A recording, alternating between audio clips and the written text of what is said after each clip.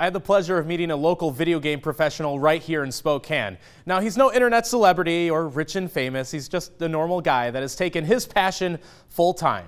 Sometimes, though, it's not about how much money gamers can make, but how much they can give. And for one, it's how much that community gave back.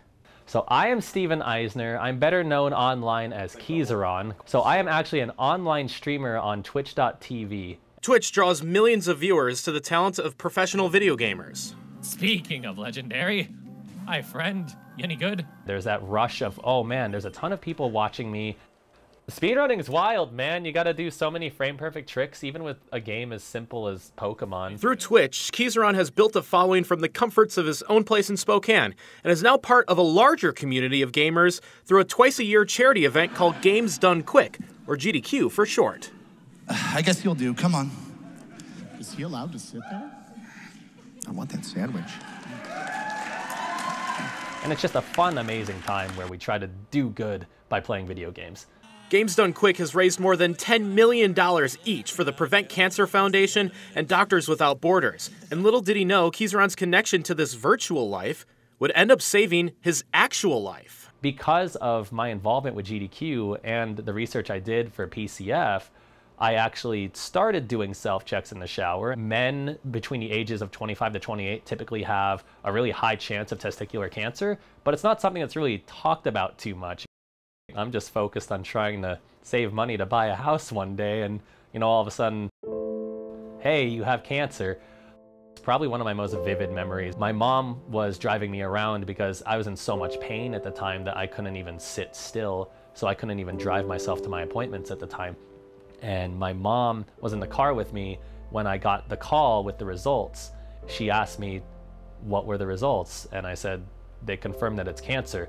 And I just remember my mom just breaking down in front of me and crying. And luckily for me, we were able to get everything taken care of quickly. I haven't had a single problem since. And with medical bills left to pay off, it was the very same video game community at GDQ that went out of their way to look after a colleague and a friend.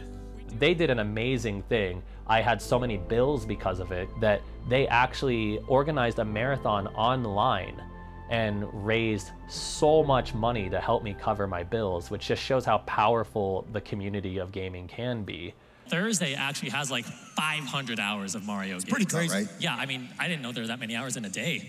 As for the speedrunners, the goal isn't to set personal best times, but to now surpass the $3 million fundraising record set at the previous event. It's just mind-boggling to think that we raised $3 million playing video games for a week. I was so emotionally exhausted at the end of it too because of how involved I was with the event, and I'm not gonna lie, I definitely broke down and cried. I was so proud of what we did. We do have a $15 donation from Pruin6 goes, "Go Keizaron, I believe in you." You fool. The run that I did of Crystal at SGDQ 2019, we raised just around $105,000 during that 3.5-hour segment alone. In the end, who could have imagined that playing video games for a living could do so much good for so many people? Just complete strangers that I had never met before, some that I have, just people that I've talked online, cared so much about me as a person that they decided that they wanted to put their hard-earned money towards me just so I can have another chance at life. In Spokane, Thomas Patrick, KREM 2 News.